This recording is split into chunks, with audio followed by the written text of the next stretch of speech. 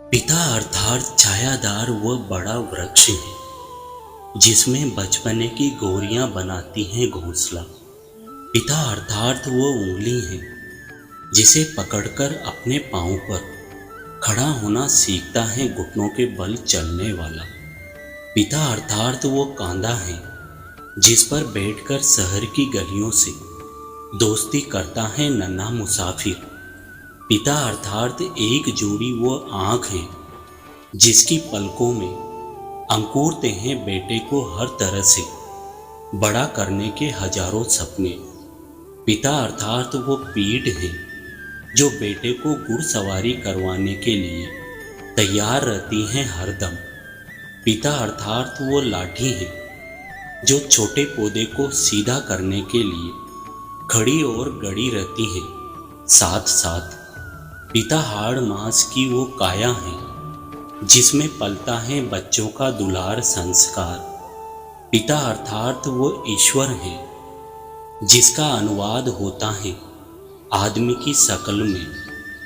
वेद की वो पवित्र किताब है पिता जिसमें लिखी हैं पुरखों के परिचय की ऋचाएं, जिसे पढ़कर जाना जा सकता है मनुष्य का जन्म, जिसकी आंखों में झांक कर देखा जा सकता है आदम का रूप जो अपनी संतान के लिए ढोता है पीड़ाओं का पहाड़, दर्द के हिमालय लेकर दौड़ता रात दिन लेकिन उफ तक नहीं करता। अपनी नींद गिरवी रख संतान के लिए घर लाता है चुटकी भर चैन। कभी राम के वियोग में दशरथ बनकर तड़प तड़प कर त्याग देता है प्राण। कभी अभिमन्यु के विरह में अर्जुन बन संहार कर देता है कौरवों की सेना का।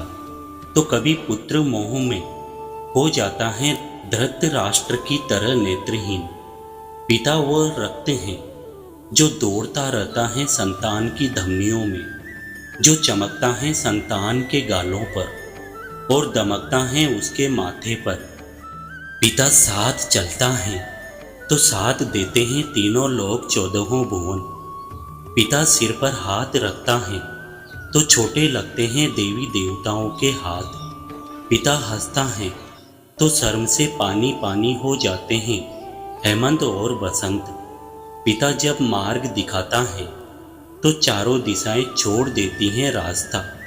आसमान आ जाता है बाहों के करीब और धरती सिमट आती है कदमों के आसपास।